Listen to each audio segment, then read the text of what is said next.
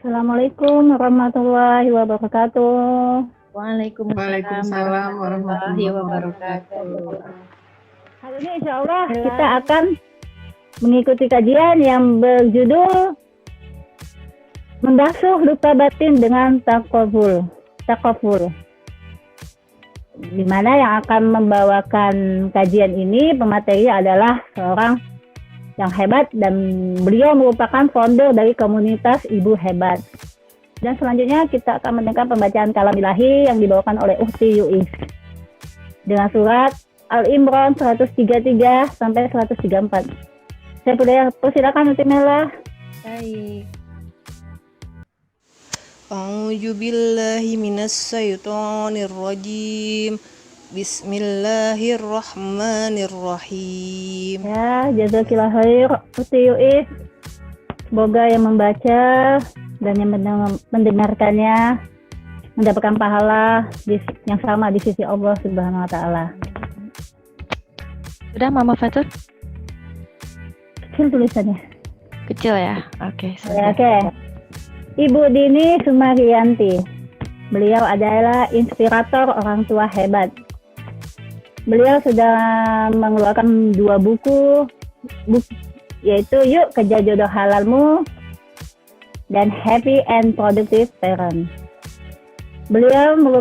Aktivitas beliau adalah pendiri Kepala Sekolah TKIT Al-Muhajirin IPB 2 Bogor. Owner PGTK Mentari Indonesia, asuhannya Pak Seto di Bogor.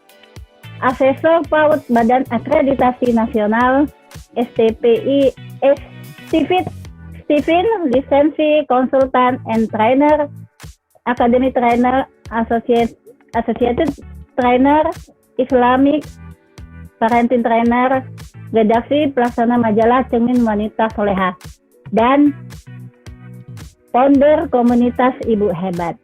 Wah, banyak sekali ya kegiatan Ibu Dini. Baik, Ummahat, selanjutnya. Oke, kita udah berkenalan, kita sudah menampilkan siapa Ibu Dini. Nah, alhamdulillah Ibu Dini sudah ada di tengah-tengah kita dari tadi. Assalamualaikum Ibu Dini. Waalaikumsalam warahmatullahi wabarakatuh. Afwan, baru nyapa, agak gugup dikit sih sebenarnya.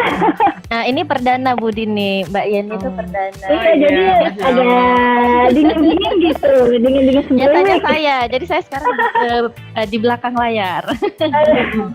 Maaf ya Bu Dini, bila tadi aktivitasnya agak salah penyebutan. Gimana kabar Bu Dini? Gak apa-apa. Ibu Dini bagaimana kabarnya? Alhamdulillah. Keluarga gimana Bu di sana keadaan? Ya, Keadaan di sana bagaimana keluarga?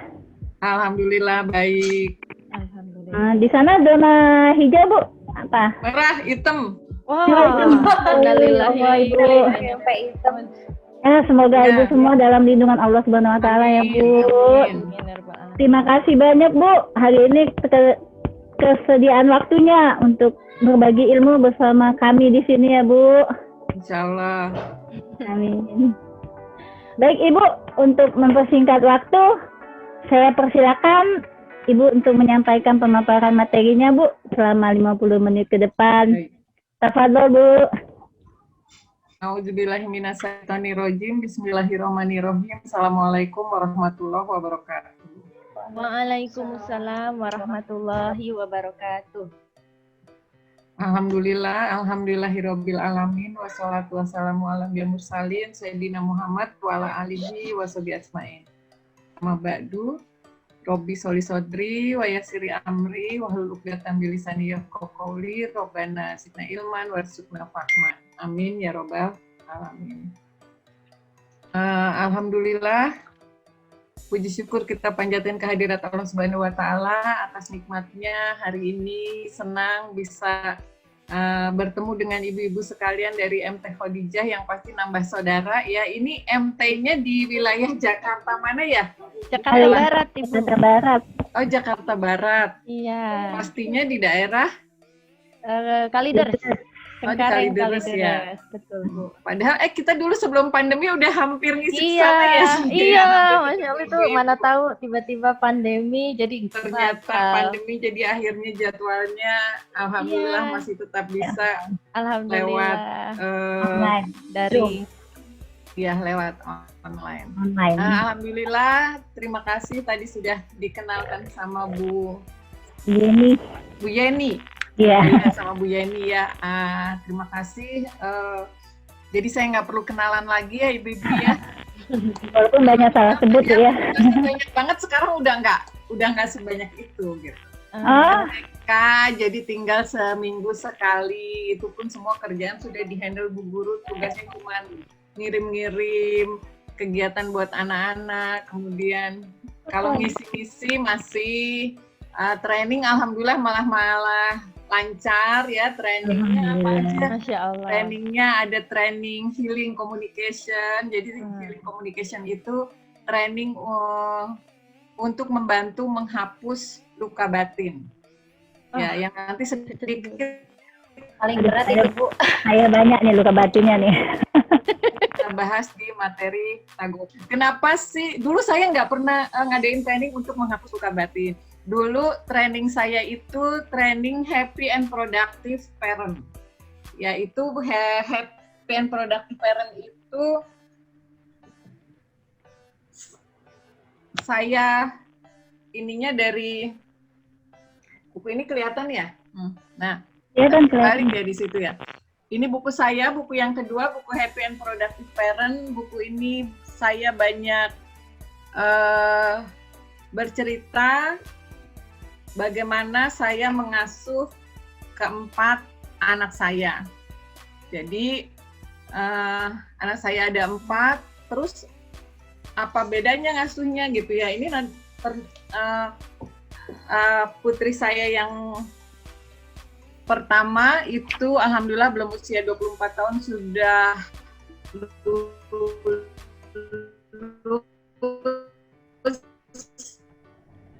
Kemudian yang nomor 2 dia lulusan IPB, satunya nomor 2 juga lulusan IPB, dia lulus cum laude juga, dapat beasiswa singkat di kalau yang nomor 2 itu di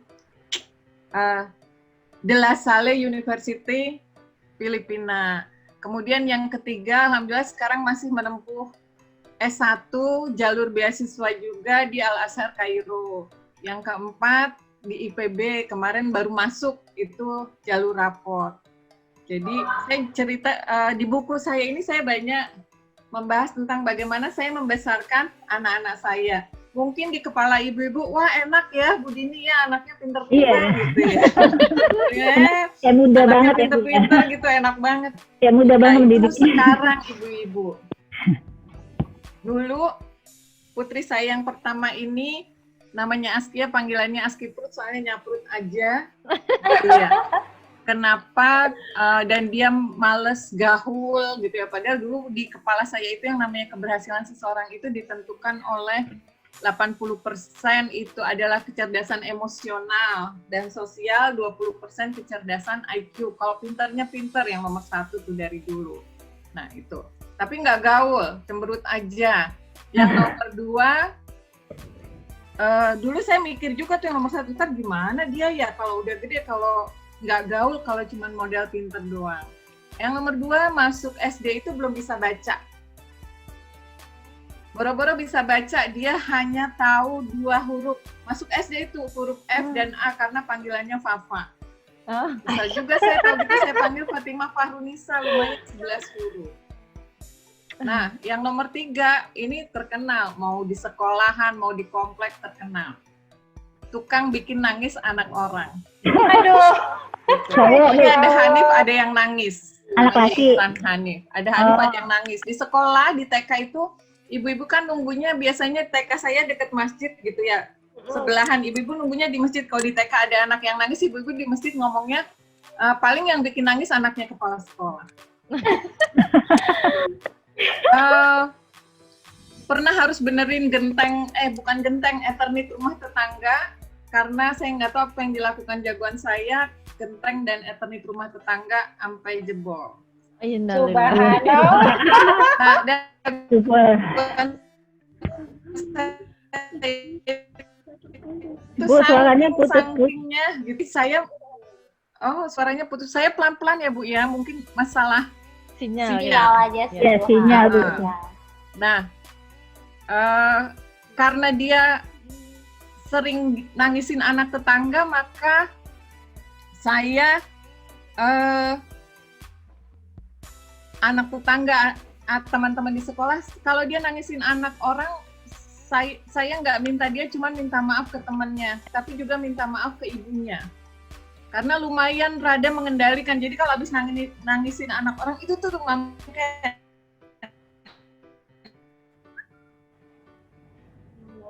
minta maaf sama mamanya Ken. Iya. Sampai sekarang yang paling sedih, kalau saya ingat, saya harus nemenin dia ketemu ibu temennya, minta maaf karena dia pernah jambak rambut temennya Sinyalnya. sampai kulit kepalanya endut-endut. Tapi alhamdulillah anak yang dulunya kayak begitu, sekarang waktu dia di Gontor itu dia termasuk ustadz favorit. Jadi banyak santri yang suka. Jadi kalau dipacarin pastilah dia baik ya.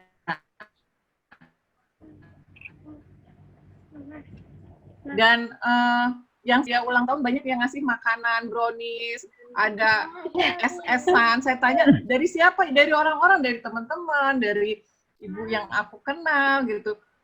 Seneng dong pasti ibunya ya, anaknya dia ngasih makanan jauh di sana. Tapi yang pasti membuat saya senang pasti dia baik sama orang sehingga dia orang juga baik sama dia. Yang paling bikin saya senang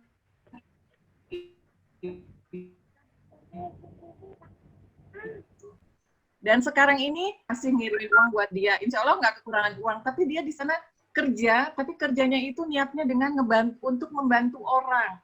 Jadi dia kerja di seperti di asrama-asrama siswa Indonesia. Jadi juga banyak anak Indonesia yang masih SMP, SMA di Mesir sana. Dia kerja di asrama-asrama itu menjadi pembina karena kasihan. Gitu. Dan dia kalau udah ngebina tuh sampai ada yang bikin status anak-anak itu bikin status waktu ujian, anak saya tuh ujian gitu sekarang. Anak saya tuh ngurusinnya sampai seperti itu. Dan kabarnya saya juga dengar kabar dari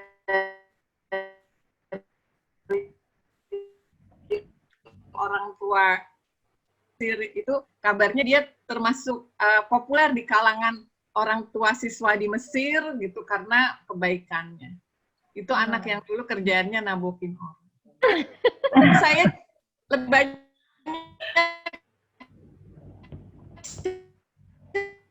cerita itu. Nanti kalau yang jadi bagaimana saya berubah membimbing mereka, membuat mereka dari anak-anak yang seperti itu menjadi seperti sekarang. Kenapa mereka, pertanyaannya kenapa mereka dulu seperti itu? Karena memang mereka karakternya yang seperti itu, ternyata tidak, Ibu. Saya juga dulu, kok anak saya gini ya, kenapa anak saya begini ya, gitu. Saya tuh terfikirkan.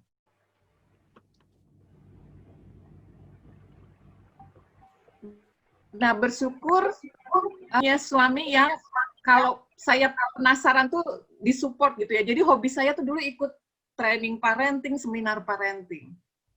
Nah, di situ saya menemukan ternyata saya ini kenapa anak-anak seperti itu?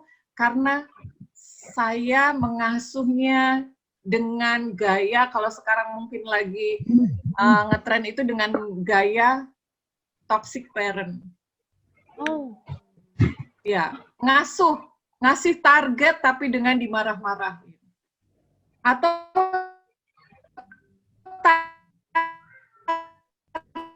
targetnya, kalau anak pertama saya itu nggak jelas kerjaannya, kalau lagi baik-baik muji dia, kata dia aku dipuji seperti malaikat, dipuji setinggi langit, tapi kalau Umi lagi marah, lagi error, Uminya aku dimaki-maki, suka-suka Umi. Aturan nggak jelas, jadi aku nggak tahu mana yang jelas, benar mana yang enggak tahu. itu pola pengasuhan toxic parent yang akhirnya anak-anak jadi tumbuh dengan tidak percaya diri. Gitu ya. Bersyukur alhamdulillah masih Allah beri mereka selamat di nilai-nilai pelajarannya. Tapi sampai sekarang saya masih terus berusaha untuk mengobati luka batin anak-anak saya akibat pengasuhan saya yang toksik. Gornis mau nemuin Anggun. Kenapa? Mulai di-mute dulu. Boleh di-unmute dulu Bunda yang lain. Mulainya dari mana mengubah mereka, memotivasi mereka untuk mau bertumbuh walaupun mereka mungkin ada yang jadi nggak percaya diri gitu ya karena sering diomel-omelin, sering dimarah-marahin, sering merasa tidak aman.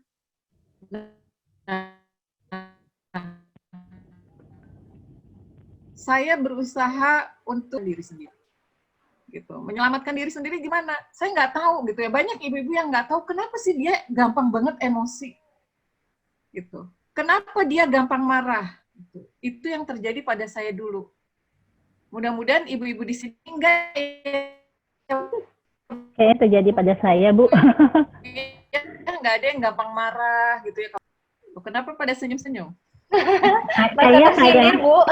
Saya kena sindir, Bu. Masih proses juga nih, Bu. Jadi itu yang banyak sekali ibu-ibu termasuk saya gitu yang kok saya mikir kenapa ya kalau di rumah kalau sama anak-anak kok saya gampang banget ngamuk dan ngamuknya tuh benar-benar marah gitu. Ya. Kenapa gitu? Ternyata itu karena saya punya luka batin yang saya nggak tahu luka batinnya. Kalau saya nggak tahu, tidak menemukan, mungkin juga karena pola asuh ibu saya dulu nikahnya muda sekali, masih SMP, lulus SMP atau malah belum lulus SMP gitu. Tapi karena untungnya saya nggak inget gitu, ada cuma salah satu yang saya inget tuh saya diomelin, pernah sampai dilempar garpu gitu ya, sampai alis saya berdarah, tapi itu aja yang saya ingat. Tapi yang nampak gitu ya, yang nampak adalah saya ini orangnya emosian dulu, terutama ke anak. Gitu. Kalau anak itu tidak sesuai keinginan saya marah. Tapi kalau kata anak pertama saya, keinginan saya pun nggak jelas dia tangkap. Dia nggak tahu mau ibunya apa. Ya, saya bersyukur saya ini termasuk orang, kalau di Stephen mungkin ada yang pernah dengar Stephen, saya termasuk orang otak kanan atas yang kelebihannya adalah senang belajar. Jadi saya senang cari ilmu, ikut training di mana-mana gitu ya, dapat ilmu, saya bersyukur disupport juga sama suami, walaupun suka sambil komen gitu ya, ikut training mulu gitu ya.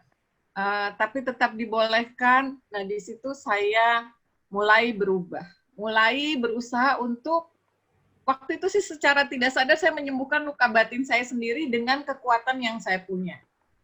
Kekuatan yang saya punya adalah saya senang berbagi. Terutama bagi-bagi ilmu, saya senang ngomong. Saking senangnya ngomong, kalau lagi sakit gitu ya, saya cari orang buat saya ceramahin, ntar saya sembuh. Subhanallah. Saking senangnya ngomong. Nah,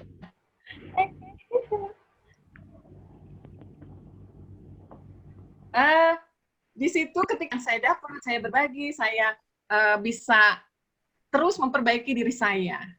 Nah, salah satunya adalah dengan menyembuhkan luka batin itu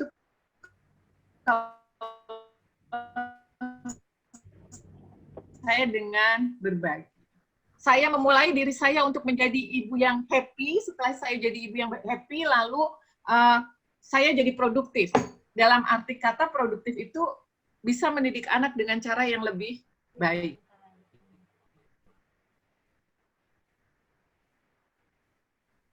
Dimulai dari waktu sampai saya bikin kelas, bikin training, mengisi hampir semua pulau di Indonesia saya pernah datengin, kecuali Sulawesi. Kemarin hampir ke Sulawesi, keburu pandemi, padahal udah punya jadwal 6 kota di Sulawesi. Kecuali Irian yang belum pernah. Saya sudah sampai saya ngisi kemana-mana, dari buku Happy and Productive Parent, bahkan saya juga pernah ngisi di Rotterdam, kemudian di Hannover, Jerman juga pernah.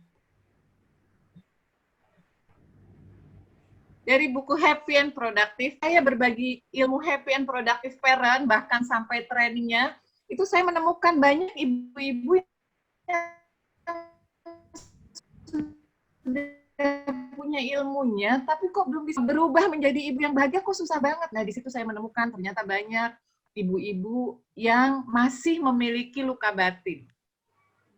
Belum bisa menyembuhkan luka batinnya. Karena apa luka batin itu terjadi? Biasanya luka batin itu terjadi karena masih marah, karena belum memaafkan. Kebanyakan luka batin itu terjadi karena dia marah, baik dia sadar maupun tidak sadar, dan belum memaafkan. Nah, sebagian besar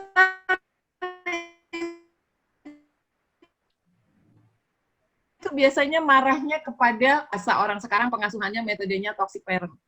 Sebagian besar marahnya karena itu, tapi sayangnya sebagian besar tidak menyadari bahwa dia itu punya luka batin, dia itu masih marah.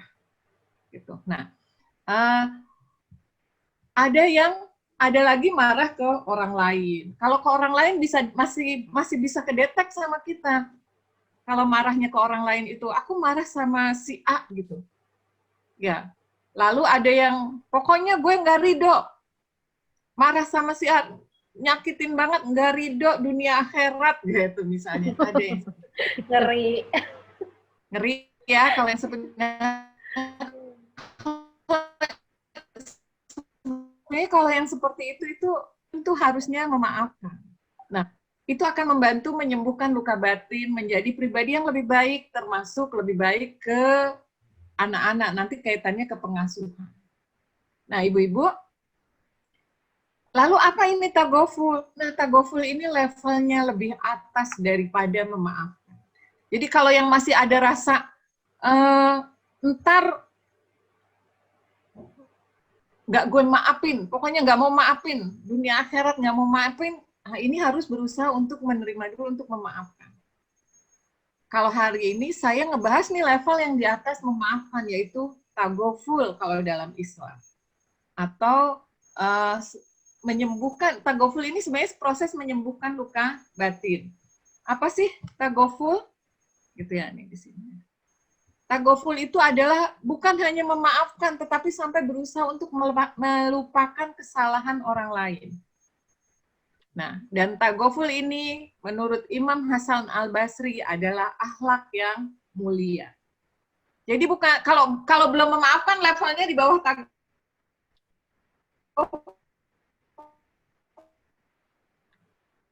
Niat dulu memaafkan, tapi untuk bisa melupakan.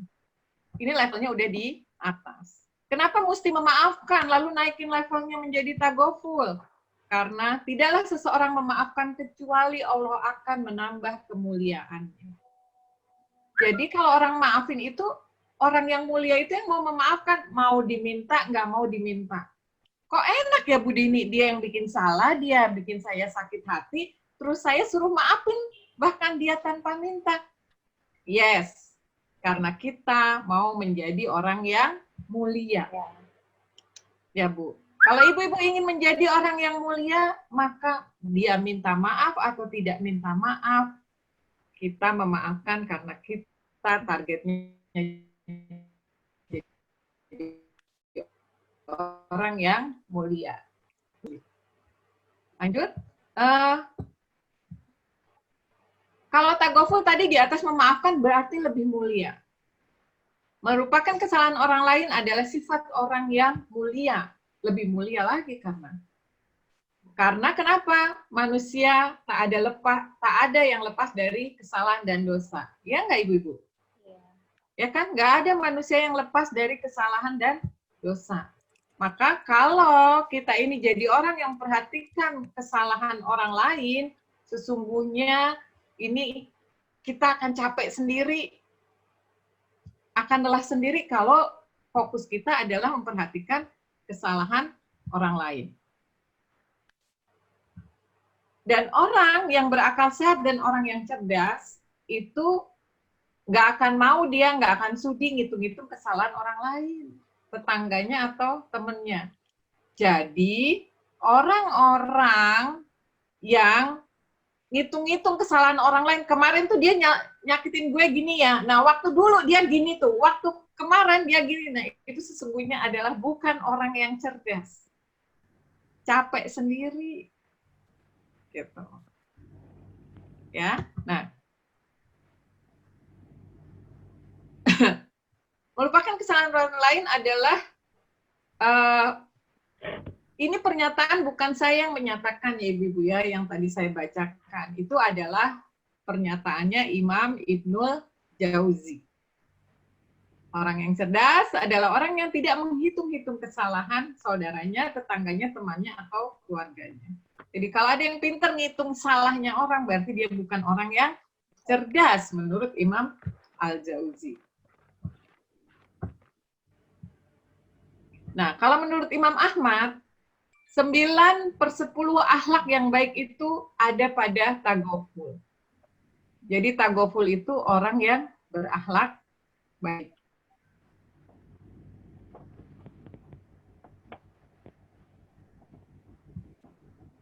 Ya, untuk melupakan kesalahan. Tapi kalau kita benci sama orang, itu kesalahan kecil aja akan bisa nampak di mata kita. Kenapa kita mesti memaafkan? Ini ada penelitiannya, Ibu-Ibu. Kenapa mesti memaafkan? Kalau dalam Islam tadi jelas ya, dijanjikan orang yang memaafkan itu adalah orang yang mulia. Dan ternyata, kalau orang nggak mau memaafkan, ini ada penelitiannya di Harvard School of Public Health di Universitas Rochester. Ini ada penelitiannya. Orang gitu, persentase peningkatan angka kematian mencapai 35%. Jadi peluang cepat matinya gede kalau orang memendam marah. Menderita kanker mencapai 70%, sakit jantung peningkatannya sampai 40%. Jadi orang yang memendam kemarahan ini seperti ini, Ibu-Ibu. Akibatnya, ini hasil penelitian ya, dan ini memang sudah saya membuktikan beberapa teman saya. Ada teman saya yang dia juga trainer mengajak orang untuk memaafkan. Dia, teman saya ini punya sakit kanker rahim. Lalu dia dioperasi, 2 tahun kemudian muncul lagi, akhirnya dokter memerintahkan dia untuk mengangkat rahimnya, tapi teman saya ini nggak mau, dia belum rela, lalu dia memilih pengobatan alternatif, salah satunya adalah dengan memaafkan, self-healing. Dan alhamdulillah, hitungan bulan itu kankernya sembuh. Dia bilang, ternyata saya tidak menyadari, ternyata saya marah sekali ke bapak saya. Dia marah ke bapaknya karena bapaknya pola asuhnya keras. Dari kecil dia suka sampai dipukulin oleh bapaknya, bahkan dipukulinnya di tempat umum, di depan teman-temannya sampai dia besar. Nah, kemarahan dia itu ketika dia sadari, lalu dia berusaha memaafkan, dan nanti proses memaafkannya akan saya ceritakan. Dia berusaha untuk memaafkan, alhamdulillah dalam hitungan 3 bulan kankernya itu sembuh. Atau saya pernah ikut kelasnya Sahnas Haq. Sahnas Haq itu juga menderita kanker payudara karena dia marah ke bapaknya. Dan dia bilang, alhamdulillah kanker saya sembuh dengan proses memaafkan, saya juga sudah memaafkan bapak saya, dan di akhir hayatnya kami peluk-pelukan. Gitu. Jadi itu efeknya kalau nggak mau memaafkan. Kalau ada orang yang memelihara kemarahannya. Guru saya menyatakan, orang yang belum memaafkan orang lain itu seperti orang yang kena sabetan celurit. Tapi dia nggak mau melepas celuritnya. Disabet celurit, terus celuritnya dibawa kemana-mana sama dia. Makin menambah luka kalau kita nggak mau memaafkan itu. Dan repotnya kalau luka itu sudah menjadi luka batin yang bernanah, ini celuritnya bukan hanya mengenai dia, menambah lukanya dia, tapi celuritnya bisa mengenai orang-orang sekitarnya. Ini yang mungkin ibu-ibu akan temui, banyak ibu-ibu yang termasuk saya dulu, ibu-ibu yang kok gampang banget marah kalau ke anaknya. Atau ada yang pernah bercerita ke saya, itu ada loh di tempat kerja saya, itu ya Allah, orang teh kalau ngomong nyakitin aja. Kalau nggak diingetin, kan saya juga dosa, harus amar ma'ruf nahi mungkar. Tapi kalau diingetin, nyakitin. Ada kan ya ibu-ibu ya orang seperti itu. Nah ini orang yang belum sembuh luka batinnya, bahkan mungkin dia nggak sadar punya luka batin,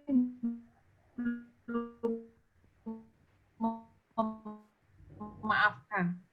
Maka itu, ibu-ibu, orang yang punya luka batin ini perlu untuk menyembuhkan. Kenapa? Karena sinyal itu membuat sinyal dia dengan Allah lemah.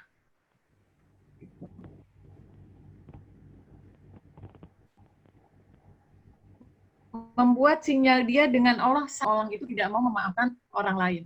Ya, kalau tidak mau tagofu. Sinyal dia dengan Allah sangat lemah. Kebayang nggak kalau sinyalnya dengan Allah lemah?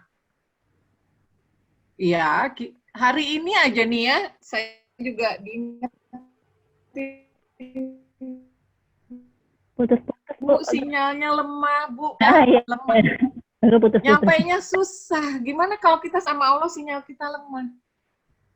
Maka biasanya orang yang belum memaafkan, yang sinyalnya lemah, itu membuat doa-doa dia juga tak sampai. Nauzubillah min zalik. Maka biasanya orang yang marah, yang tidak memaafkan itu hidup dia juga berat. Sakit-sakitan dan sebagainya. Nah, kenapa sih orang yang masih marah, yang belum mau memaafkan, apalagi belum mau melupakan itu sinyalnya lemah? Karena sebenarnya orang yang marah itu adalah orang yang lemah imannya. Marah kaitannya dengan iman, iya. Orang yang marah itu ketika dia disakiti orang lalu dia marah, dia tidak mau memaafkan, sebenarnya dia lupa. Apa yang terjadi pada dia itu atas izin Allah, tidak. Ya, semua kita harus sadari bahwa apapun yang terjadi pada kita, baik menyenangkan maupun tidak menyenangkan, itu semua terjadi atas izin Allah. Ya, semua terjadi atas izin Allah. Maka ketika kita masih marah, berarti kita itu iman bahwa Allah Maha Kuasa, semua terjadi atas izin Allah, itu sedang lemah. Emang itu terjadi atas izin Allah, dijahatin orang dan sebagainya itu. Lalu iman kita lemah bahwa Allah Maha Pengasih lagi Maha Penyayang, sehingga kita sampai marahnya segitu-gitunya. Padahal kalau kita yakin bahwa Allah Maha Pengasih lagi Maha Penyayang, bisa jadi orang jahat sama kita itu atas izin Allah untuk membuat kita kuat. Bisa jadi. Ya enggak? Kita aja yang belum menemukan pesan cintanya Allah. Sehingga kita masih marah. Padahal bisa jadi perlakuan orang itulah yang membuat kita jadi orang yang lebih baik. Nah, iman pada kodok-kodar, baik dan buruknya dari Allah. Kalau kita marah, bukankah orang jahat sama kita itu atas izin Allah? Gitu. Ini ya ibu-ibu ya, jadi kenapa sih bisa orang yang marah itu sinyalnya sama Allah tuh lemah? Karena sebenarnya yang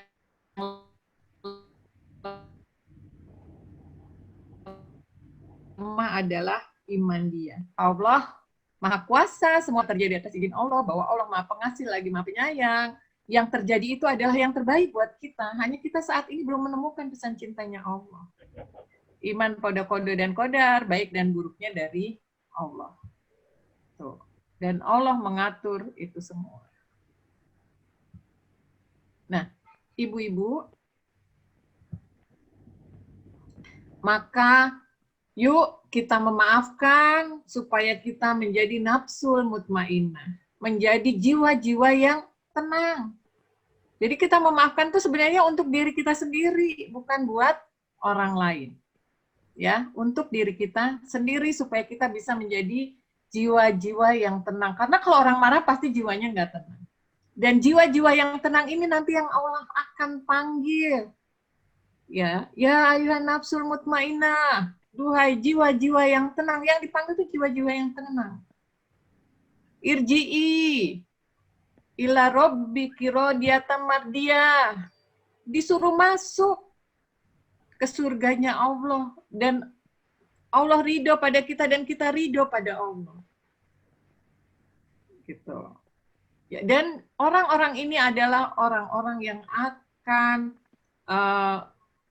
di surga ini adalah orang-orang yang akan mendapatkan apapun yang dia inginkan.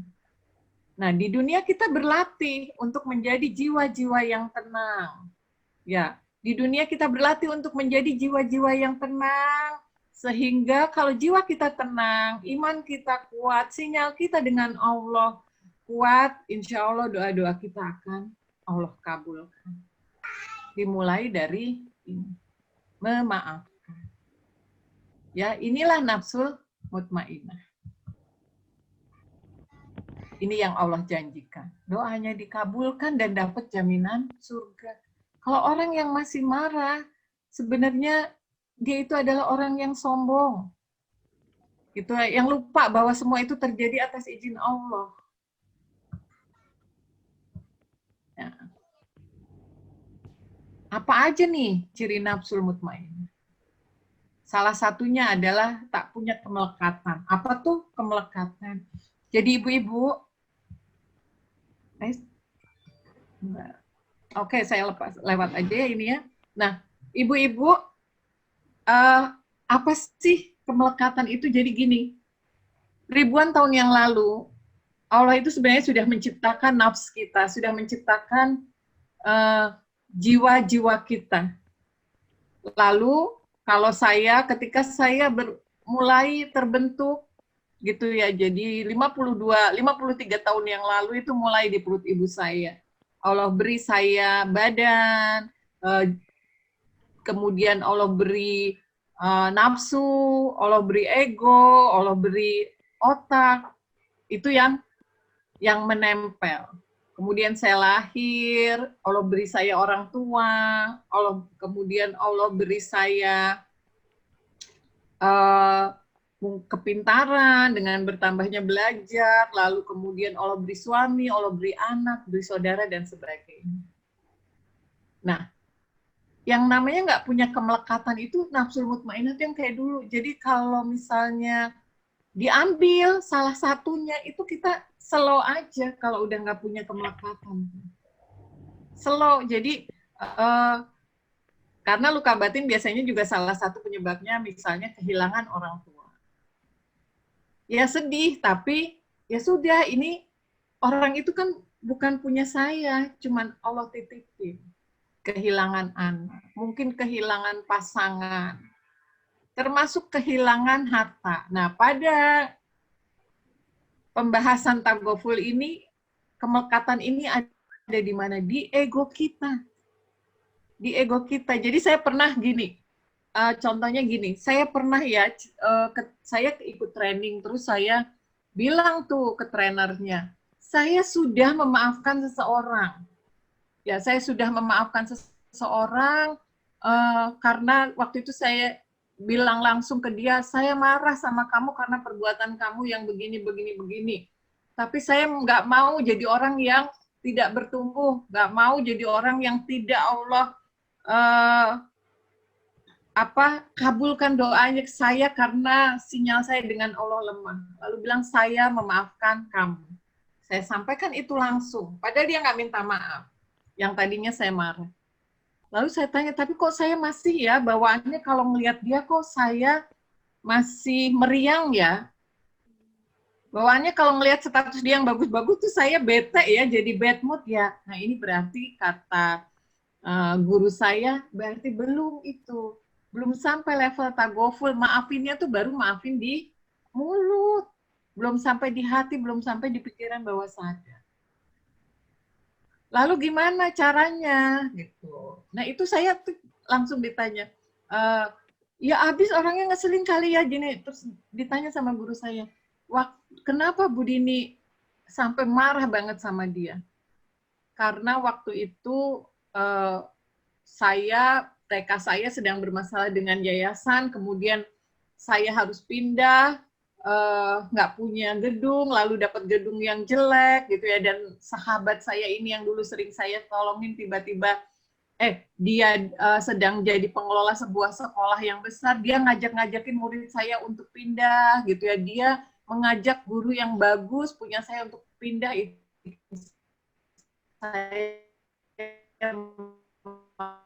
marah banget, kata saya tuh atas izin Allah nggak? Iya sih, atas izin Allah. Terus waktu dia nyakitin Bu Dini itu atas izin Allah nggak? Ngajak-ngajakin orang pindah? Iya sih, atas izin Allah. Berarti harusnya marahnya ke siapa dong? Emang berani marah ke Allah. Dan dari situ saya berusaha untuk terus menyembuhkan luka batin saya.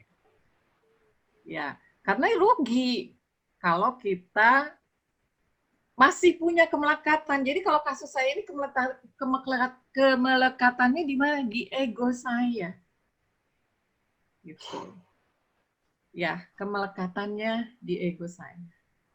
Nah, sekarang pertanyaannya, memaafkan itu gimana ya?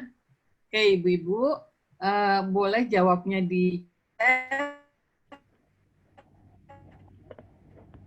Putus-putus, Bu. ya. Kalau ada saya itu ada orang bohongin saya. Ya, uang saya dibawa kabur 5 miliar. Nah, apakah saya harus memaafkan? Sedangkan uang saya dibawa kabur 5 miliar. Kira-kira jawabannya apa, Ibu-Ibu? Boleh dong jawab di chat.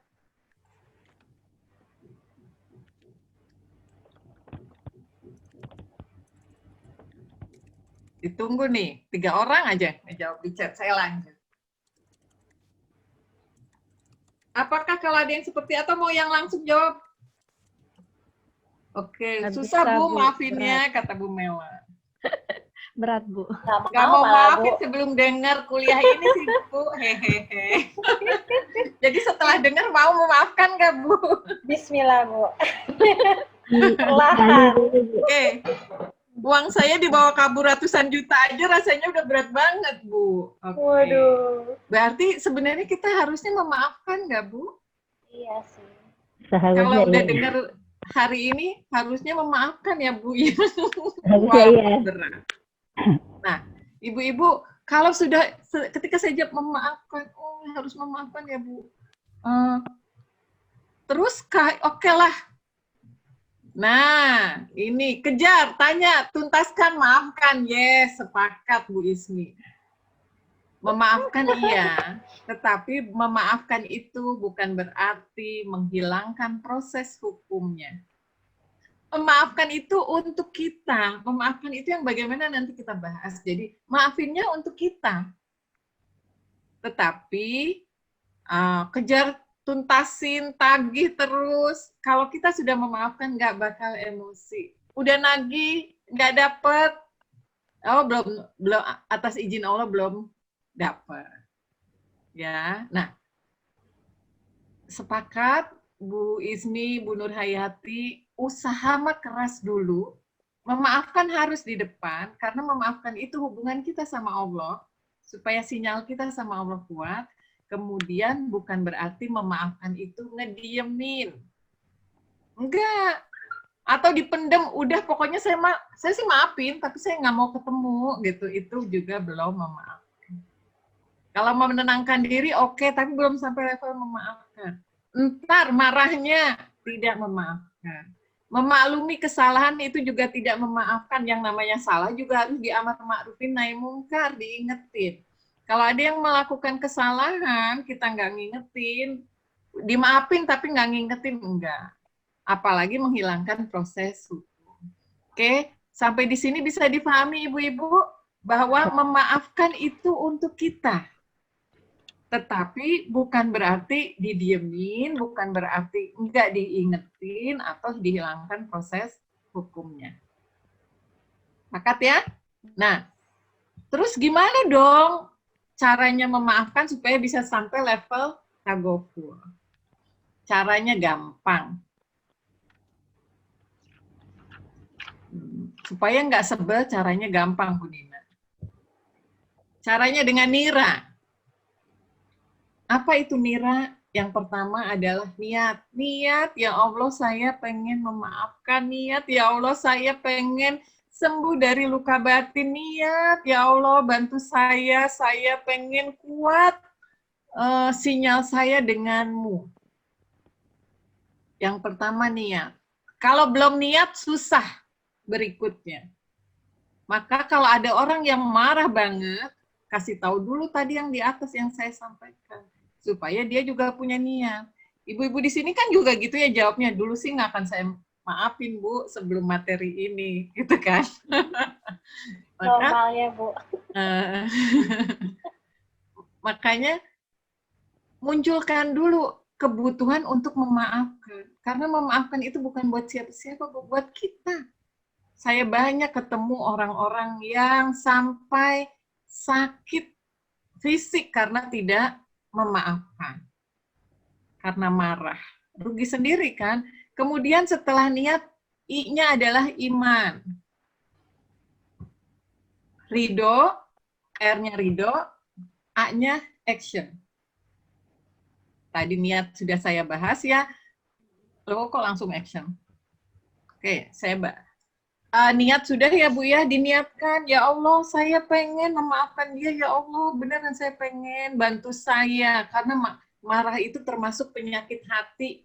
Dan yang namanya penyakit badan itu akan dimulai dari sakit hati. Dan yang paling mengerikan adalah sinyal kita dengan Allah lemah. Padahal banyak sekali yang kita butuh untuk minta sama Allah. Di era pandemi ini kita butuh untuk minta perlindungan. Belum lagi anak-anak kita, belum lagi suami kita. Banyak sekali yang kita mau minta sama Allah. Ya, tapi kalau kita marah dan nggak niat menyembuhkan, aduh, sedih banget. Gitu. Kemudian yang kedua, iman diperkuat. Iman tentang apa, Ibu? Bahwa semua itu terjadi atas izin Allah. Ya, iman bahwa Allah Maha berkehendak sehingga yang semua yang terjadi atas izin Allah. Lalu tadi juga iman bahwa Allah itu Maha Pengasih lagi Maha Penyayang. Maka semua yang terjadi itu pasti yang terbaik buat kita karena Allah Maha Pengasih lagi Maha Penyayang. Cuman hari ini nih saat ini nih saya belum menemukan pesan cinta Allah. Gitu. Ya, dulu saya tuh stres, malu sama tetangga. Terutama sama anak saya yang laki-laki. Rumah digedor tetangga sering. Gitu ya. Dok, Assalamualaikum. Bisa ngedidik anak nggak? Sering.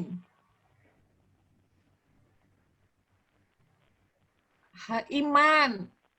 Itu tuh karena Allah sayang. Dan berapa puluh tahun kemudian saya baru tahu hikmahnya. Pesan cintanya Allah dengan kondisi anak-anak yang seperti itu.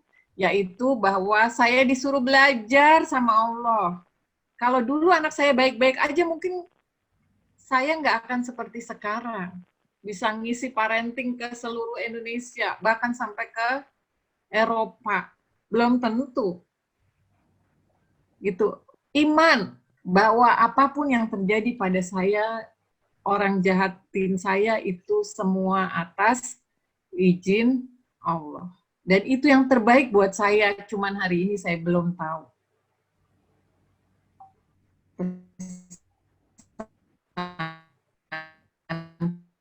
Cintanya. Lalu ridho. Jadi kalau lagi sakit gitu ya, keinget sakitnya saya ridho, ya Allah, ini atas izinmu saya ridho gitu ya. Bukan yang kalau biasanya yang diomongin apa Bu kalau kita sakit hati? Kok ada ya orang yang kayak begitu ya, jahatnya ya. Biasanya kan kayak gitu ya yang diomonginnya. Iya, Bu. Enggak. Kalau sekarang yang diomongin Saya ridho ya Allah, semua itu terjadi atas izin Engkau ya Allah, saya ridho ya Allah. Tolong kasih tahu saya pesan cintamu, ampuni hamba karena kelemahan hamba hingga tidak menemukan pesan cintamu. Gitu. Ya. Iya Bu Mela, benar benar kalau kita dulu bilangnya gitu kalau disakitin orang, kok gitu amat ya, gitu. Sama aku kok tega amat ya, gitu. Tega banget sih, gitu kan. Kok sekarang dibalik. Ini orang yang tagoful, ini yang nyembuhin diri kita sendiri, Bu. Dan yang terakhir adalah action. Actionnya apa sih? Nih, actionnya adalah dengan berprasangka baik. Oh, mungkin dia sedang apa? Oh, mungkin dia sedang apa? Prasangka baik. Terus emosi baiknya juga diikutkan. Emosinya baik tuh gimana? Oke, saya marah karena dia seperti itu. Kenapa saya marah? Misalnya ya, ada orang tadi kasusnya bawa kabur uang kita. Oke, saya marah, dia bawa kabur uang saya. Itu emosi marah wajar kita terima. Kenapa saya marah? Ya karena kan harusnya nggak kayak gitu. Harusnya orang tuh amanah, bukan seperti itu. Lalu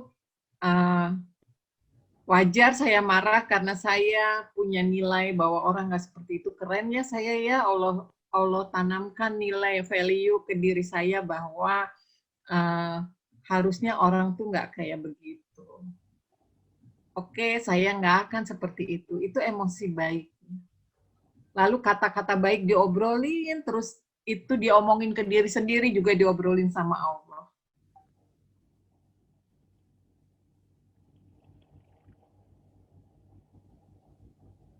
Lakukan perbuatan. Perbuatan apa? Perbuatan baik apa yang mau kita lakukan sesuai dengan syariat? Ini pertanyaannya. Perbuatan baik apa yang mau kita lakukan sesuai syariat? Ada, yang ini saya benar-benar salut ya, ada seorang ibu. Ada seorang ibu yang datang kepada saya dengan luka batinnya yang sangat menganga dan efeknya dia hampir berpisah sama suaminya. Karena apa? Dia punya luka batin dulu, bapak dan ibunya, lalu bapaknya mengabaikan nikah lagi.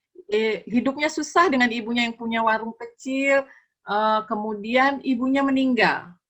SD kelas 4 ibunya meninggal, dia ikut bapak dan ibu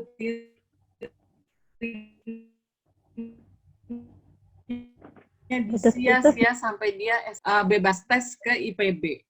Tapi kata bapak saya, nggak usah sekolah, nggak bisa ngebiayain kuliah. Padahal dia merasa bapaknya mampu dan adik-adiknya juga kuliah. Akhirnya dia nikah muda.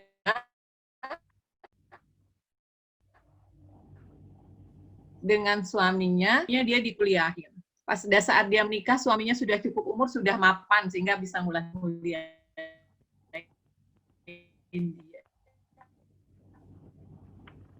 Nah, kalau menua, kemudian suaminya pensiun, yang ada berantem terus hampir bercerai. Ternyata ketidakmampuan dia mengontrol emosi karena luka batinnya itu. Nah, proses tadi dia usahakan untuk dijalankan, lalu yang saya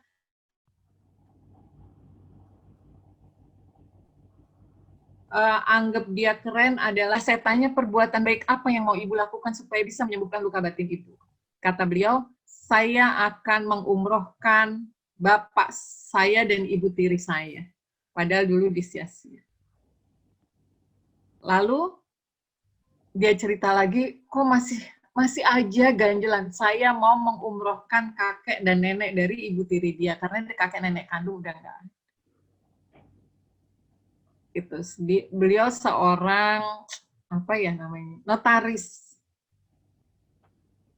demi menyembuhkan luka batin. Itu contoh perbuatan baik. Maka dulu saya waktu zaman masih kuliah memang saya sering dengar pengajian tuh diperintahkan kalau ada orang jahat sama kita sering-sering kirimin hadiah. Itu saya nggak bisa terima tuh dulu. Gimana ceritanya orang jahat sama kita, malah kita kirimin hadiah. Tapi ternyata itulah yang bisa menyembuhkan luka batin. Kalau kita benar-benar niat ingin sembuh.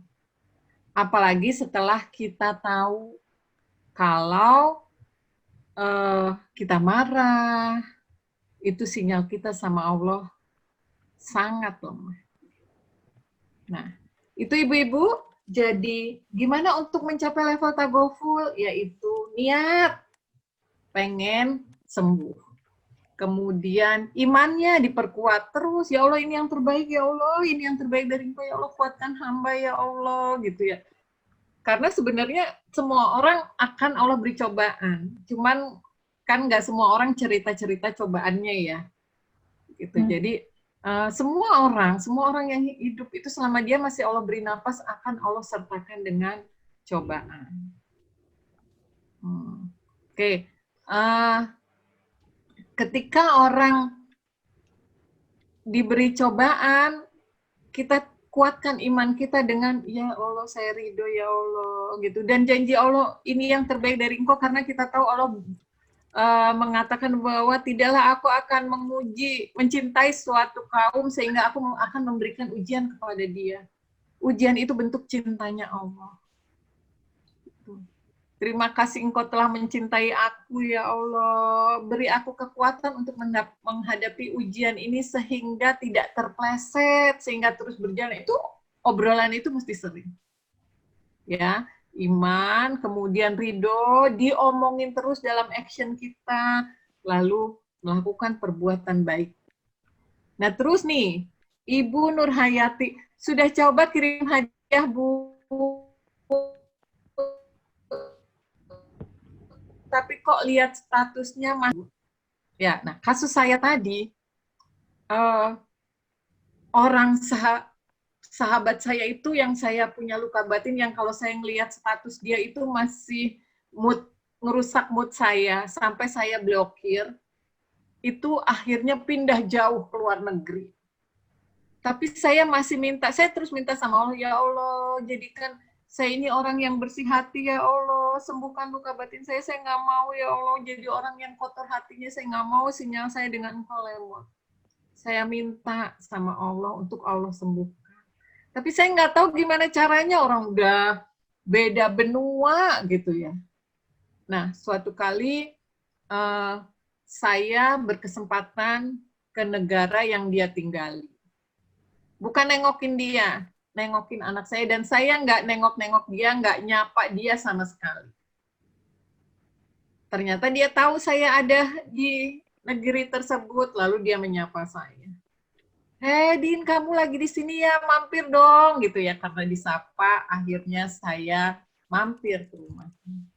Dan saya disambut dengan penuh hangat, padahal saya merasa secara psikologi saya berjarak dengan dia. Saya disambut dengan penuh hangat, bahkan dia bilang, udah kamu nanti ini ya, ngisi training ya di sini ya, ngisi training buat anak-anak ini. Dan seperti tadi saya sampaikan, bahwa saya ini orangnya paling bahagia kalau bisa ngisi.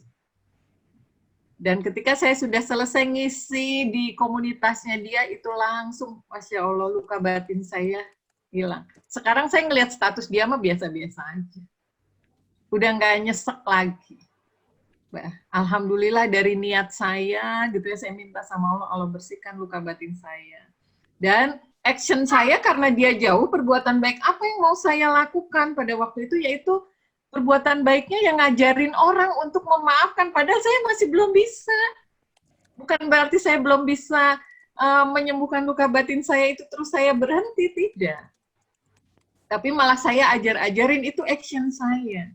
Alhamdulillah Allah bukakan jalan, bertemu dengan dia, bahkan dia memberi kesempatan saya untuk bisa mengisi training di komunitas dia, akhirnya dengan itu benar-benar hati saya bisa enak. Ya, jadi Bu, kalau nyes gimana Bu Dini? Terus aja niat, minta sama Allah, insya Allah Allah kasih jalan. Nah. Ya, Alhamdulillah ya, Ibu Ayu sudah menangkap pesan cintanya Allah. Oke ibu-ibu, nah ketika kita tadi sudah niat, iman, ridho, action, insya Allah kita jadi hamba yang sudah bisa melakukan tawakul, lebih mulia. Allah janjikan kemuliaan, nah insya Allah kualitas diri kita akan semakin meningkat. Itu ibu-ibu untuk hari ini. Dan terakhir, kalau masih ada yang punya luka batin, masih kok aduh susah banget nyembuhinnya, masih gampang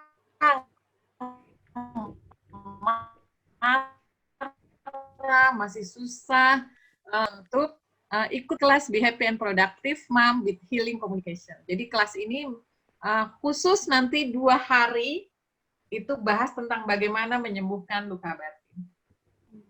Gitu. Itu dari saya kembalikan dulu ke Bu Yeni. Sebelum tadi sambil walaupun sudah menjawab sekilas-sekilas pertanyaan. Mangga Bu Yeni. Oke ya, Masya Allah. Bu Dini pemaparan materinya buat mewek, buat apa ya? Ya, bener-bener deh. Nggak bisa bicara lagi Bu saya. Lagi mengalami ya Mbak Yeni ya? Sangat. Ya, karena saya tipenya orangnya lebih mendam daripada harus meluapkan gitu. Mau cari perbuatan baik ya Bu ya? Tanyakan Mbak Yeni. Baik, sebelum saya nanya, saya buka dulu sesi tanya jawab ya. Baik, selanjutnya kita buka sesi tanya jawab, di mana sesi tanya jawab ini akan dibagi menjadi 2 termin ya. Nanti 1 termin insya Allah dua penanya. Semoga waktunya cukup. Bagi yang ingin bertanya silakan raise hand. Bagi yang sudah dipilih silakan dibuka videonya dan dihidupkan di unmute ya. Silakan Uti, siapa ingin bertanya dahulu? Itu kayaknya di message banyak deh. Ada Umu Nedra tuh, Mama Fatur. Apanya di chat ya? Pertanyaan. Bertanya secara langsung dulu. Ada Mbak Bunda Ismi. Bunda Ismi. Ya, yang ingin tanya duluan, ayo silakan. Iya. Silakan Bunda Ismi. Iya. Kaget aku duluan. Ya, Assalamualaikum Bunda Dini. Waalaikumsalam. Iya. Pertanyaannya semoga bisa dipahami. Jadi sebenarnya baru-baru ini ya di keluarga suami saya ada masalah. Lalu entah bagaimana tiba-tiba petunjuknya masalah itu harus diselesaikan itu ke arah saya gitu. Jadi akun sosial media saya justru yang menemukan petunjuk itu. Lalu saya coba pakai mediasi gitu ya, pendekatan keluarga mertua saya, khususnya orang tua mertua itu meminta bantuan kepada saya gitu kan. Baiklah, akhirnya saya niatkan untuk membantu. Tapi entah apa yang terjadi di belakang, malah saat proses untuk penyelesaian masalah itu, sikap ayah mertua saya itu berbalik menyalahkan saya di depan suami saya yang notabene anak kandungnya ya. Nah, yang saya bikin sakit adalah suami saya itu sangat mengidolakan ayahnya, gitu. Sangat mengidolakan ayahnya dan sangat kecewa saat itu merasa drop, hancur, bahwa kenapa ayahnya mengecewakannya dengan menyalahkan gitu ya istrinya di depannya. Jadi gimana ya? Saya sudah berusaha memaafkan, bahkan saya meyakinkan ke suami saya untuk coba kita posisikan diri kita di posisinya beliau. Saat ini yang bermasalah adalah anaknya beliau, anaknya ayahmu, dan mungkin sebagai orang tua refleks ingin pasang badan gitu loh, menutupi. Tapi saya juga nggak ngerti, sebelumnya beliau minta tolong tapi malah menyerang balik gitu ya. Tapi saya berusaha untuk jangan sampai membenci, mendendam ayah kandungnya sendiri. Tapi posisi saya lagi-lagi jadi sekarang bingung gitu. Saya nggak boleh berkomunikasi dulu gitu ya oleh suami saya ke orang tuanya. Tapi di sisi lain suami saya sepertinya masih sangat kecewa dan sempat mengatakan kata-kata yang menurut saya nggak etis gitu. Aku mau latihan, ayahku udah meninggal. Dan itu sakit sih. Jadi saya bingung gitu. Maksudnya sebagai istri ingin suami ya, ayah anak dengan ayah kandung ini baik gitu. Tapi saya kan hanya mantu gitu, sampai saya pun ditegaskan, kamu cuma mantu di sini gitu. Jadi gimana ya menyelesaikan ini? Terima kasih. Baik, sudah tertangkap Ibu. Jadi Baik. berarti ini mah kasusnya yang punya luka batin suaminya ya Bu ya. Ya, luka batin ke ayahnya. Ngeri banget kalau dia tidak berusaha untuk menyadari luka batin itu. Iya. Gitu ya. Walaupun itu ayahnya bikin salah.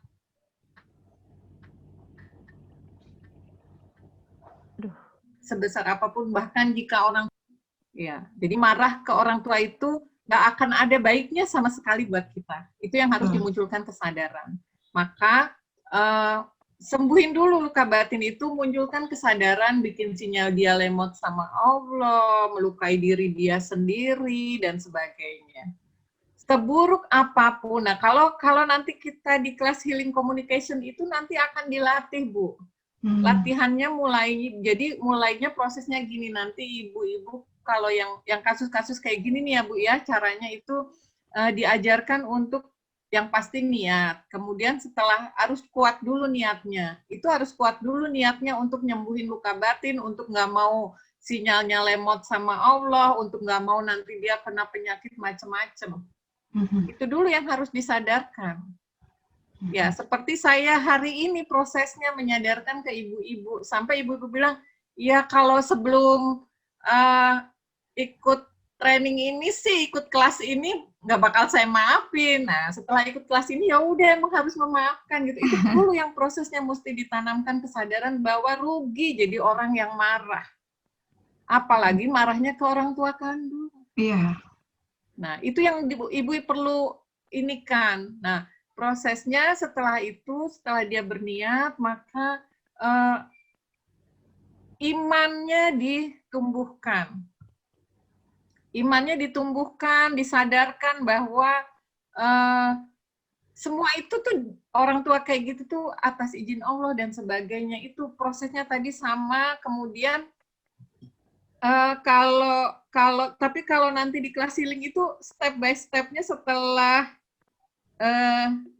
diajarkan untuk kuat niat, kemudian diajarin model emosi kita.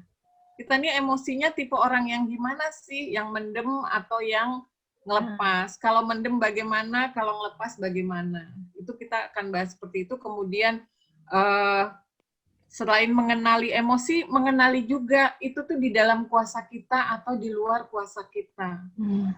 Ya, jadi salah satunya contohnya orang tua seperti itu tuh dalam kuasa kita atau di luar kuasa kita. Itu kan di luar kuasa kita. Apa yang harus kita lakukan untuk hal-hal yang di luar kuasa kita? Iya. Gitu ya. Singkatnya, terima aja, terima. Nah. Iya. Padahal yang diomelin saya, Bu. Dan saya udah bilang, saya sudah memaafkan. Tapi nah, itu berarti suaminya yang harus diiniin. Karena nggak ada cara lain, Bu. Kalau dia marah, menyusahkan diri sendiri. Jadi ibu yang pelan-pelan, memberitahu kepada pasangannya, karena bahaya banget. Iya. Ya Bu ya, jadi prosesnya itu Nira tadi ininya Nira singkatnya gitu ya Bu Ismi ya. Baik. Terima kasih Bu Yani. Ya, baik. Ada yang udah ditulis Bu Yani. Iya, ada Ibu Endah Kurniasih. Katanya luka batin terhadap orang tua sendiri atau pasangan bagaimana menyikapinya? Sama, harus disembuhkan. Apalagi kalau sama orang tua itu. Kalau sama pasangan kan hidup terus, masa bareng terus. Kalau luka terus, kita sendiri yang rugi. Tapi kalau orang tuanya sudah meninggal gimana, Bu? Memaafkan. Tetap. Bilang, bayangin mukanya, bilang. Prosesnya ada, Bu, di kelas healing, Bu. Jadi jangan play victim ya, Bu ya, istilahnya di sini ya. Mendingan jangan kita maafin. Apa, Bu? Play victim. Jangan merasa kalau kita tuh victim banget di sini, merasa dizolimi segala macam. Iya, ya, Bu? Iya, kalau kita merasa gua dizolimi gini-gini, itu sebenarnya nyakitin kita sendiri, Bu. Harusnya kita naikin posisi kita.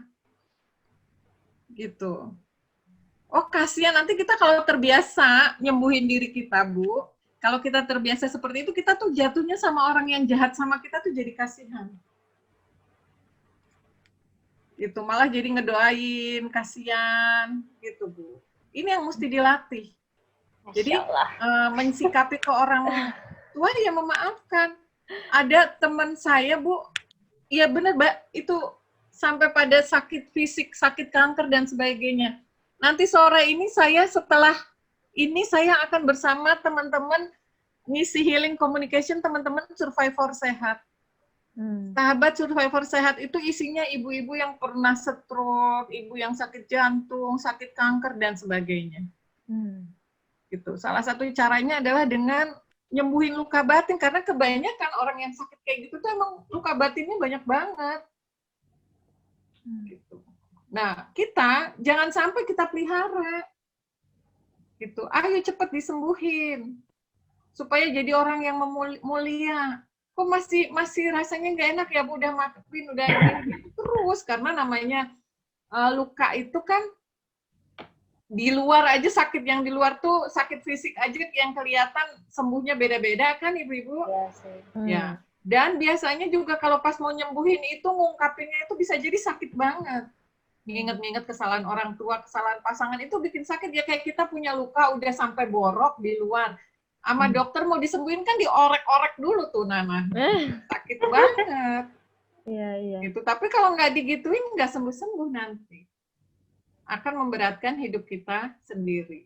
Jadi sama, mau ke orang tua, mau ke pasangan, memaafkan, terus maafinnya itu udah benar-benar sampai, bukan melupakan itu, bukan lupa secara peristiwa,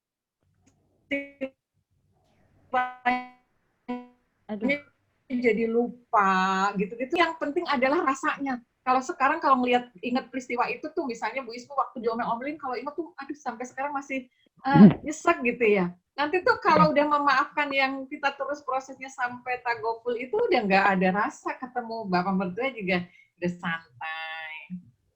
Itu sama suaminya juga harus diajak ke sana, jangan sampai. Itu Bu Yani ya. Ada lagi kah? Ini ada satu lagi, Ibu. Apa setiap orang punya luka batin? Ini dari Umu Nendra. Apa setiap orang punya luka batin, Bu? Dan bagaimana caranya kita tahu kalau kita itu ada luka batin gitu? Kadang nggak sadar, Bu, gitu. Gini, bahwa setiap hamba yang itu pasti akan Allah beri cobaan. Ya nggak, Bu? Entah kehilangan, entah diomelin orang, lagi jalan aja tahu-tahu dimaki-maki. Semua orang pernah mengalami cobaan. Nah, ketika kita tidak bisa tepat mensikapi cobaan, nggak langsung tuh kalau ada cobaan dari, ya ini kan semua terjadi atas izin Allah gitu kan. Ya ini kan yang terbaik buat saya, pasti ada hikmahnya. Nggak semua orang slow, nyantai kayak gitu ya. Kalau orang bisa kayak gitu, nggak akan punya luka batin. Nah, bisa, tapi kalau orang yang setiap kejadian lebay, orang nggak disapa aja dia udah lebay. Nah, dia dulu ngediemin aku, dia ini, nggak berpikir dari sudut pandang orang. Nah, ini orang yang seperti ini akan mudah kena luka batin. Gitu. Nah, gimana caranya taunya di badan kita? Ada yang ternyata dulu dia nggak menyadari, dia pikir dia alergi. Ya, dia pikir dia alergi. Ini terjadi juga anak saya, dia bersin-bersin, dia pikir alergi. Ada juga seorang ibu yang ikut kelas healing communication itu, dia pikir dia alergi, gatal-gatal badannya, gitu kan. Ternyata setelah dia kontrol makanan, enggak tuh, masih aja suka gatal-gatal. Ternyata pemicunya sama. 2 kasus itu adalah pemicunya ibu yang keras. Nah, setelah dirilis, enak aja tuh sembuh sendiri gitu ya, gatal-gatalnya. Nah, jadi gimana kita tahu kalau kita sebenarnya luka batin? Ada gejala. Baik itu gejala yang ringan di fisik maupun yang berat sampai kanker dan sebagainya. Atau gejala yang lain, terutama gejala yang paling itu sih di emosi. Orang yang nyolotan itu pasti punya luka batin. Ya, orang yang nggak bisa ngontrol emosinya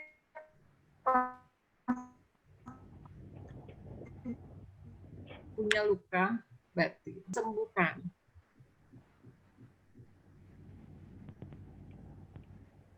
Bu. Oke, itu Bu Yani. Ya, ini ada Ibu Mela. Adakah kriteria perbuatan baik yang cocok? Seperti apa yang bisa membantu kita untuk tagoful? Macam-macam perbuatan baik itu yang bisa membantu kita untuk tagoful itu setiap orang beda-beda, Bu. Ya, seperti tadi, Ibu tadi, dia pokoknya yang terbesar, dia udah pengen cepat sembuh karena hampir cerai sama suaminya gara-gara emosi dia. Maka dia ngumrohin ibu tiri dan bapaknya, kakek nenek tirinya. Ada lagi yang actionnya itu orang yang jahat sama dia kirim-kirim makanan terus. Ada. Saya dulu juga, aduh, apa ini ya? Udah bilang langsung ke dia enggak, terus mau apa, orangnya jauh gitu ya. Ya udah kalau kayak gitu, maka mintanya sama Allah. Allah kalau mau nyembuhin mah kehendak Allah, mintanya sama Allah. Action terbaik saya malah bukan ke orang yang bersangkutan. Tapi action terbaik saya adalah mengajarkan ilmu memaafkan ini. Padahal saya juga belum sampai level tagoful, belum kalau masih ngelihat status dia masih moodnya jelek, tapi saya ini harus, dan ilmu ini saya udah punya, maka saya sebarluaskan. Gitu. Jadi setiap orang beda-beda cari, tapi contohnya gambarannya seperti itu. Itu Ibu Mela. Ya. Baik, siapa yang ingin bertanya lagi, silakan, waktunya masih ada. Silakan, raise hand. Tadi kayaknya ada yang raise hand Mbak Anggun deh. Udah nggak ada ya? Udah nggak ada. Ada Mbak Anggun. Mbak Anggun, Assalamualaikum.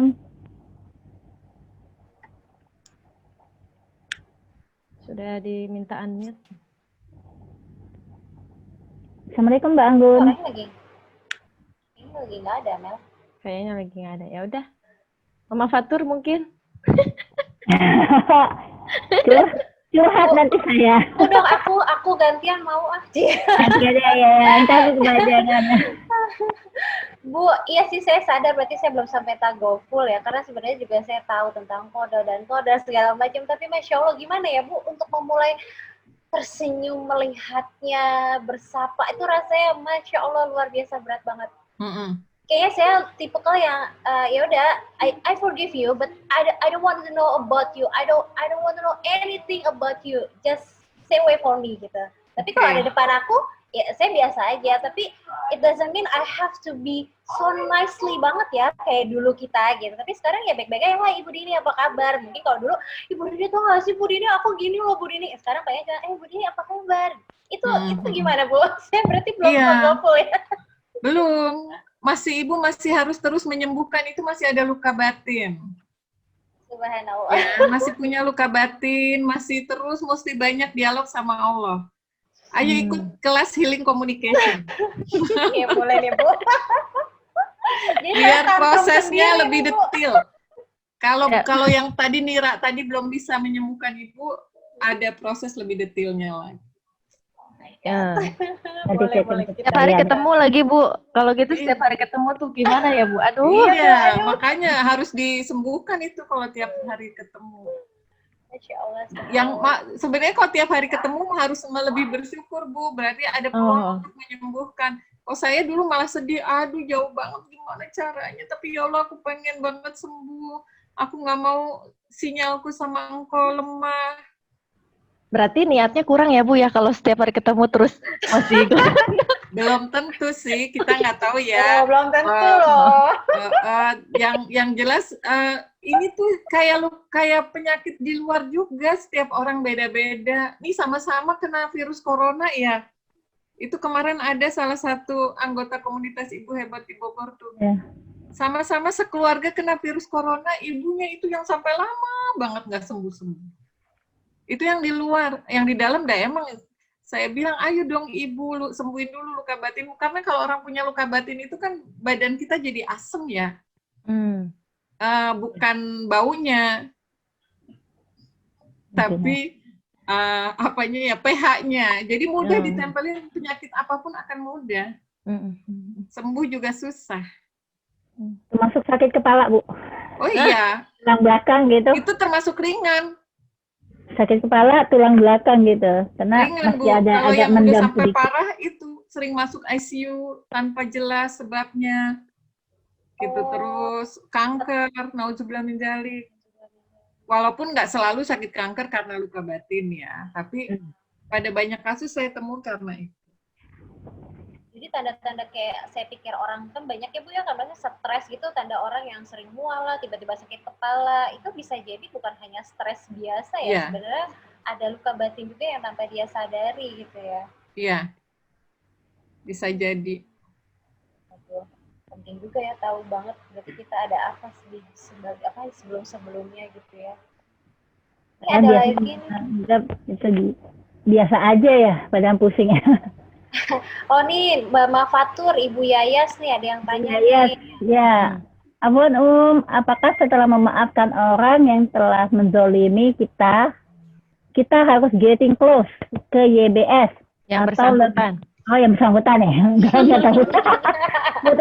Jam sekarang sih, atau lebih baik less kontak. Less konflik. Nah, sama kayak saya. Less kontak, less konflik. Iya, kalau seperti ini belum benar-benar memaafkan, Bu. Oh my God. Ya, belum. Kita tuh belum enak tuh, belum sampai tagoful. Niatnya mengecilkan masalah, Bu, dia mungkin.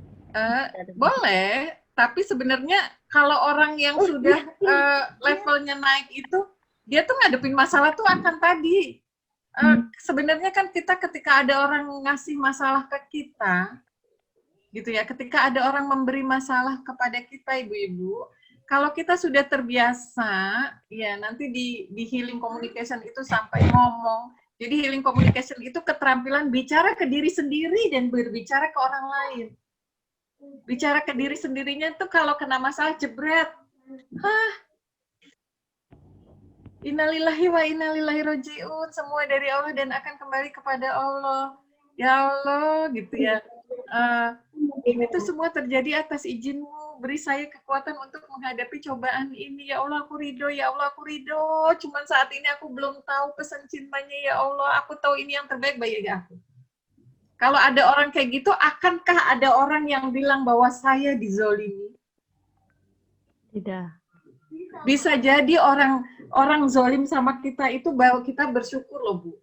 Kenapa? Karena dengan itu bukti bahwa kita ini udah naik makom. Ya sudah yang di kepala kita tuh kalau cobaan itu karena Allah sayang sama saya. Paling kasihan sama orang yang suka zolim, Bu. Paling yang kalau ketemu orang yang zolim sama kita, yang di kepala kita kasihan amat ya, dia teh punya dosa apa sampai dipakai sama Allah untuk menzolimi orang lain. Karena kalau orang baik nggak bakalan dipakai sama Allah untuk membuat orang lain jadi hebat. Tapi kalau orang zolim, orang jahat, bisa jadi dipakai sama Allah untuk membuat orang lain jadi hebat. Iya ya, kasihan juga. Berarti dia sebenarnya mendorong kita lebih maju ya, Bu, sebenarnya. Iya. Dengan zolimnya dia ibaratnya. Iya. Kalau nggak akan bilang dizolimin orang, kalau ada orang zolim sama kita langsung, oh ya Allah, maunya Allah apa ya? Saya kok begini ya dapat cobaan ini gitu. Dan kita tahu bahwa Allah sayang sama kita. Kan kasihan, akhirnya kasihan sama orang, Bu. Gitu. Jadi, dan kalau kita udah posisi seperti itu, kita nggak akan getting close hubungan atau less contact, ya biar nggak ada konflik. Ya konflik-konflik yang dilakukan oleh dia itu kita paling niatnya itu ngebantuin dia nyembuhin.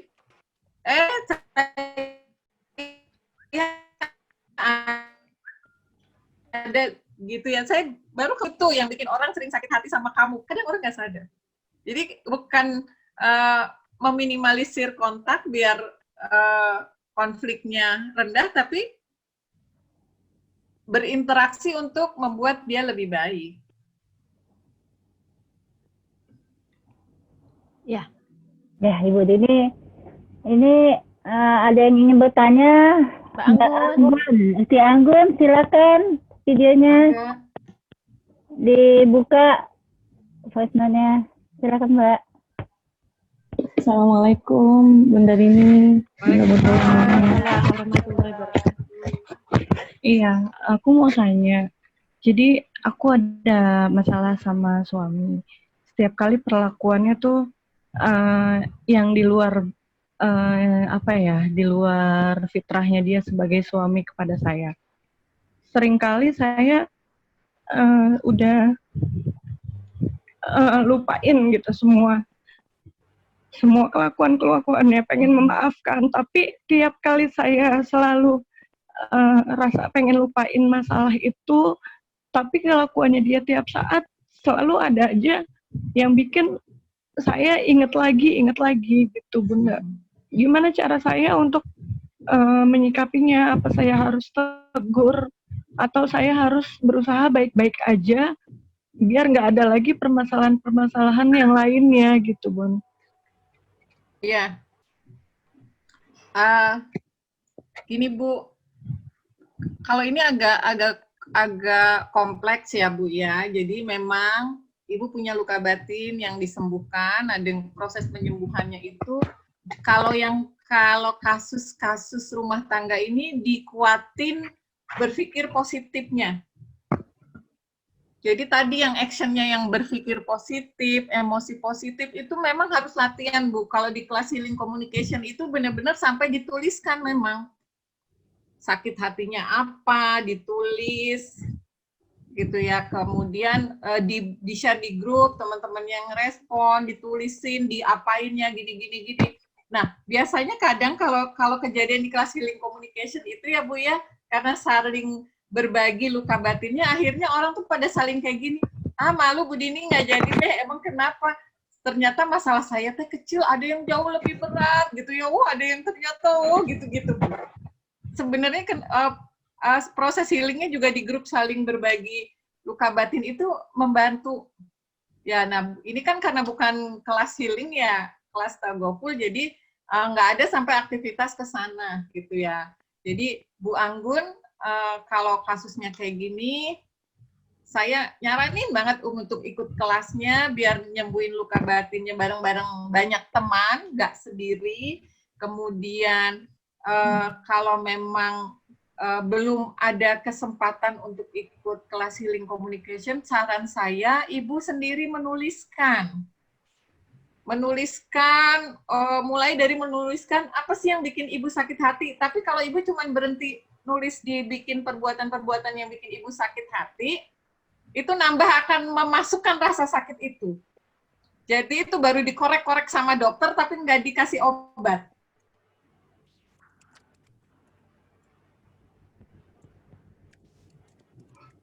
Nah, prasangka baik apa yang mau Ibu hadirkan? Kenapa ya dia begitu? Mungkin dia begini, prasangka baik itu harus dilatih. Lalu emosi baik apa yang mau Ibu lakukan? Perbuatan-perbuatan baik apa yang mau Ibu lakukan ke suami Ibu? Nah, kalau healing communication ini kita tidak berharap bahwa kalau saya berbuat baik, maka orang akan berbuat baik sama kita lagi. Enggak. Tapi kita memaafkan, kita berbuat baik sama dia, supaya kita sembuh, supaya sinyal kita sama Allah kuat. Oke, Ibu-ibu, ini juga perlu jadi catatan. Maka tadi udah memaafkan yang pertama, melakukan yang kedua, karena kita ini memaafkan urusan kita dengan Allah. Itu ya Bu Anggun ya yang bisa saya ini kan, dan lebih bagus kalau Ibu tulis itu lebih kuat. Bahkan kalau nanti di kelas healing itu kita bikin tantangan buat diri sendiri. Mau melakukan apa nih nantang yang biar bikin suami senang? Bu, suami udah jahat, udah nyebelin, malah kita nantang diri untuk melakukan sesuatu yang menyenangkan suami. Gitu. Nah ini tentunya kalau nggak lengkap agak susah nerimanya. Tapi gambarannya seperti itulah. Ibu boleh menuliskan yang menyakitkan, tapi kalau Ibu hanya menuliskan yang menyakitkan, sama aja sama dokter cuma dikorek-korek doang.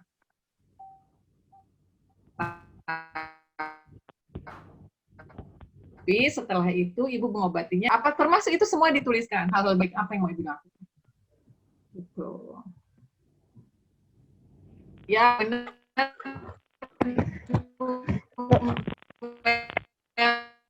Actionnya penting juga. Enggak, Bu Anggun mau minta info lengkapnya kelas healing, Ibu bisa lihat di sini. Ibu bisa menghubungi 2 nomor ini, Bu. Ya, ibu-ibu bisa menghubungi 0877 8500 0877. Silahkan dihubungi mereka. Insya Allah. Kemarin juga di batch-batch sebelumnya, insya Allah Bu, banyak sekali kasus. Banyak kasus itu luka batin kalau nggak dari orang tua, dari pasangan. Iya sih. Oh, 0877 8500 0877. Ada di screen. Oh, terima kasih Bu Mela. Sama-sama Ibu. Silakan, Tadi kayaknya ada Mbak. pertanyaan di awalnya juga. Gimana? Tadi udah dijawab Ibu Dini. Bu Anggun gimana Bu Anggun? Mungkin Bu Bu Anggun gimana?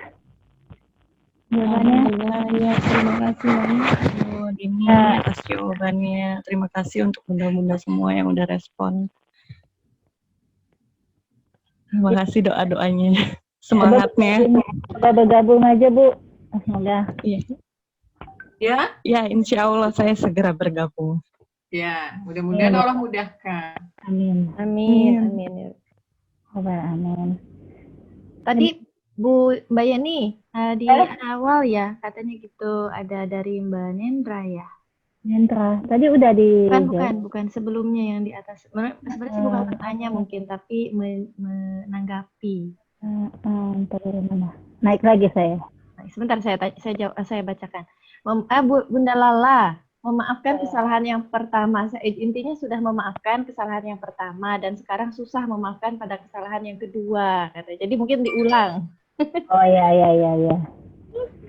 Oke. Ibu, ada hadis yang menyatakan bahwa kalau aku mencintai suatu kaum, maka aku akan memberikan cobaan kepadanya. Lalu dia sabar dan dia akan aku berikan cobaan lagi. Hingga dia sabar. Lalu aku beri cobaan lagi hingga dia akan datang kepadaku dengan bersih. Jadi yang ngasih cobaan itu siapa, Ibu, yang kedua kalinya? Allah. Kalau nggak memaafkan, berarti nggak mau maafin siapa? Allah. Ya Allah. Lemes banget jawabnya. Ntar kita kalau itu proses dijalanin, Bu. Ya, apalagi Bu sampai nulis gitu tuh nanti enak banget ngejalanin hidup teh, Bu. Nggak bakal gampang baper. Tapi kadang niat tuh ada Bu, tapi kadang susah menerapkannya itu. Ya. Karena kita nggak ngejalanin teknisnya, Bu. Kalau teknisnya dijalanin, nanti tuh setiap ada masalah datang jebret, itu yang pertama kepikir, ini kan semua atas izin Allah. Ya Allah, aku ridho, ya Allah. Buat aku kuat, ya Allah. Jadikan aku sabar, aku tahu ini karena Engkau cinta sama aku. Mudah-mudahan Engkau sabri aku kesabaran, Engkau naikkan derajatku. Kan semua atas izin Allah.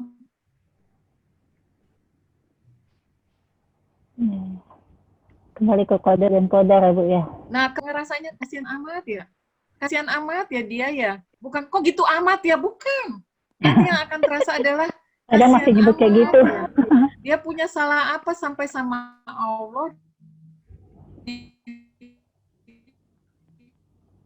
pakai buat kalau kayak begitu. Ya Bu ya, jadi mau kesalahan ke-10 dia ulang lagi, saya memaafkan bukan untuk dia. Saya memaafkan untuk diri saya. Itu konsep tagoful.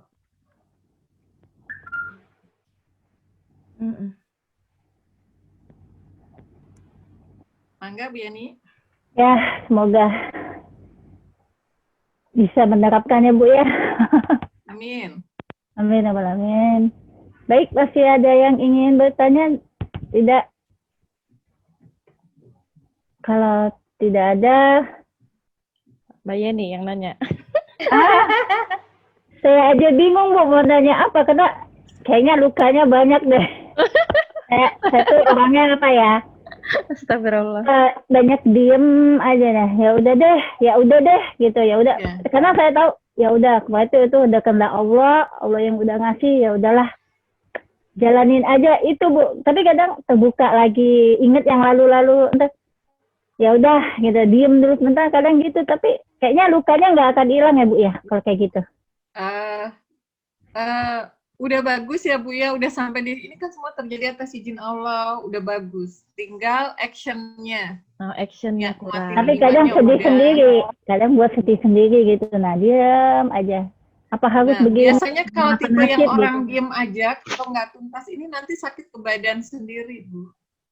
Kayaknya sakit semua. Kepala, gampang masuk angin, mah. Itu saya banget.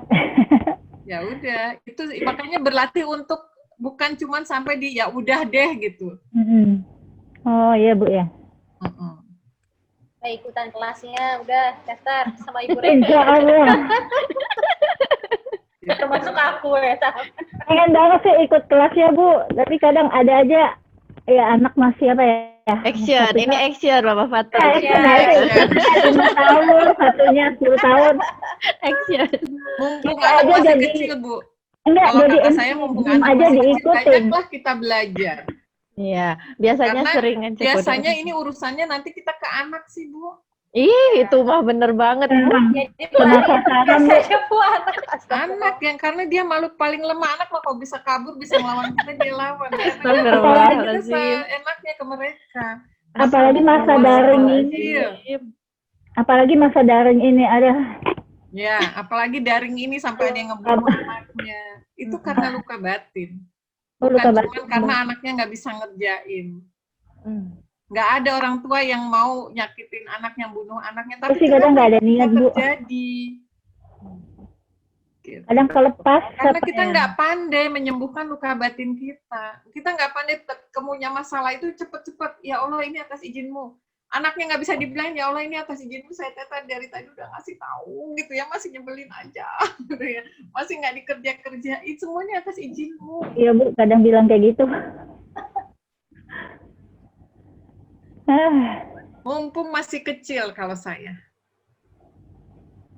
Iya, betul. Karena kalau barusan tadi saya ikut kelasnya juga itu Pak Ustadz Adriano Rusfi itu dia bilang jangan nunda kalau ke anak itu ngedidik dengan benar.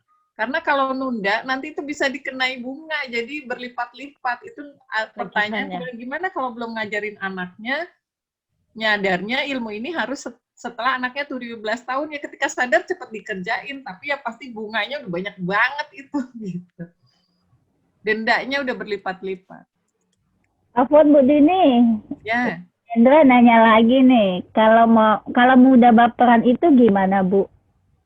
Bisa Apa jadi ada hubungan dengan luka ini kan batin? kalau muda baperan bisa karakter tapi bisa juga karena luka batin. Karena anak yang misalnya yang dicela-cela terus nah dia akan sangat sensitif terhadap celaan. Dicela dikit aja dia udah baper. Gitu. Bisa karena luka batin, tapi bisa juga emang karakternya aja lebay. Ya, jadi bisa tahu luka batin atau lebay itu bagaimana Bu kepada anak-anak? Kalau anak-anak sih lebih ke lebay ya. Biasanya kalau anak-anak gitu mah kalau masih anak-anak diguyur cinta aja Bu. 10 tahun gitu namanya. Disayang-sayang aja, berarti dia bisa jadi punya luka batin, tapi kan kalau masih anak-anak belum dalam, nggak kayak kalau ke orang dewasa, Bu. Cepet-cepet aja kalau tahu anaknya baperan mah, dipuji-puji, disayang-sayang, dicari masalahnya. Anak saya baperan. Baru dikit. Bisa jadi dia kurang kasih sayang, ya diguyur cinta. Pakai tangki cinta ya Bu. Guyur Mungkin kurang cintanya kata-kata bagaimana? manisnya. Di buku saya ini ada bagaimana guyur cinta ala Rasul. Kalau guyur cinta ala Rasul pasti sudah dijaminkan ya Bu ya. Iya. Nah, guyur cinta ala Rasul di buku saya ini saya sarikan dari kitab Min Muqawimat Nafsiyah Islam. gitu. Kalau di antara ibu-ibu yang sudah pernah belajar mengkaji kitab Min Muqawiyun Tafsir Islam, itu di bab cinta dan benci karena Allah, itu di situ Rasulullah mengajarkan kepada kita bagaimana cara mengguyur cinta yang benar. Karena kalau cintanya nggak pas juga bisa jadi toxic parent juga.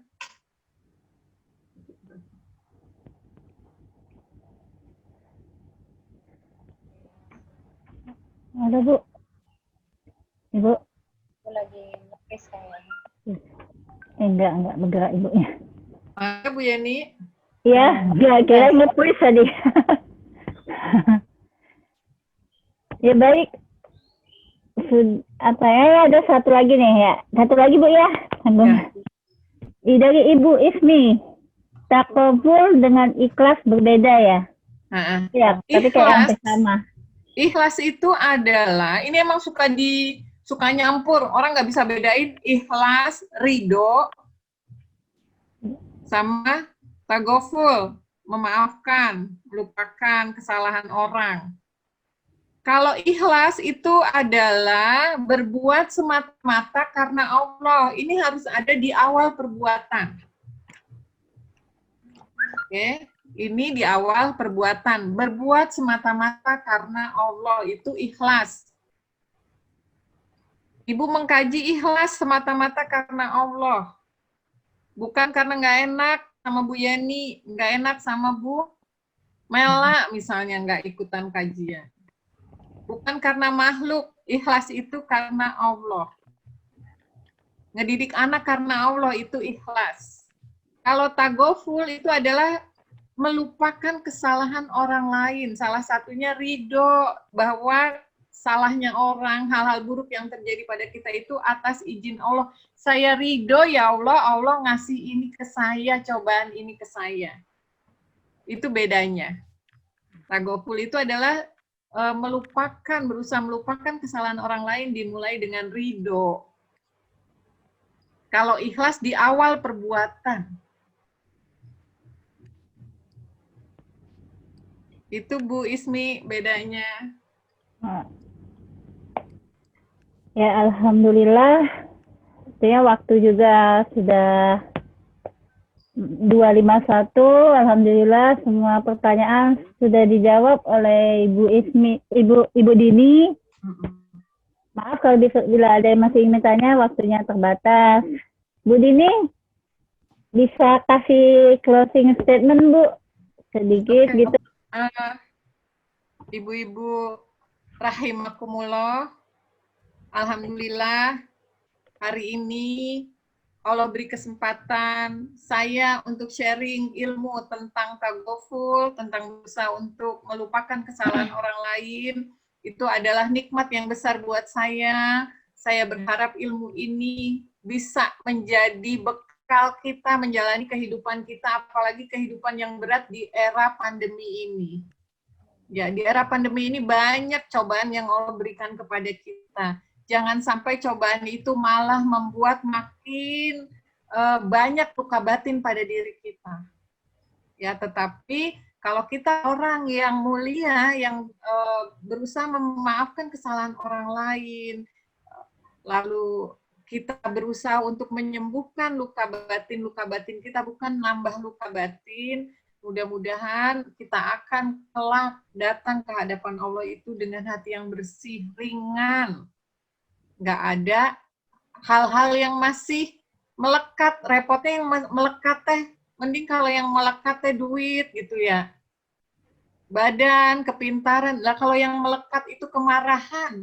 Loh kemarahan kok dikekepin. Marah itu dilepaskan, jangan dikekepin. Ya Bu ya, mudah-mudahan materi tagoful ini membuat kita menyadari tidak mau ngekepin marah, tapi melepaskan marah sampai kita bisa melupakan.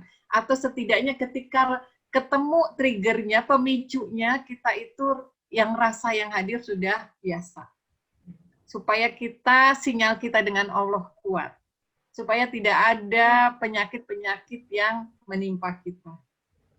Mudah-mudahan Allah mudahkan kita itu dengan cara yuk diniatkan, N-nya niat untuk jadi punya level tagoful, kemudian perkuat iman bahwa semua apapun yang terjadi pada kita itu atas izin Allah, dan yang terbaik buat kita, ridho, nerima, ya Allah, Allah kasih kayak begini, ini aku nerima, dan yang terakhir lakukan action yang terbaik di dalam koridor syara. Ya, melakukan hal-hal kebaikan di dalam koridor syara. Termasuk ibu-ibu meneruskan ilmu ini ke orang-orang di sekitar ibu-ibu. Bu Ismi ke suaminya terutama, Bu Anggun ke suaminya, ke orang-orang di sekitar kita. Bisa jadi suami Bu Anggun seperti itu juga karena dia punya luka batin. Sebarkan ilmu ini, itu juga action terbaik. Mudah-mudahan dengan itu Allah mudahkan kita untuk menyembuhkan luka batin kita, memaafkan orang di sekitar kita, dan mencapai level tagoful. Itu saja ibu-ibu dari saya hari ini. Mohon maaf kalau ada yang kurang berkenan. Billahi taufiq wal hidayah. Wassalamualaikum warahmatullahi wabarakatuh. Waalaikumsalam warahmatullahi wabarakatuh. Terima kasih Ibu closing statement-nya. Masya Allah. Baik Umahat, bagi yang ingin belajar banyak, yuk kembali saya mengajak bergabung bersama kami di kajian umum dan kajian intensif. Linknya silakan bergabung, hubungi admin kami, linknya akan dibagikan di chat room.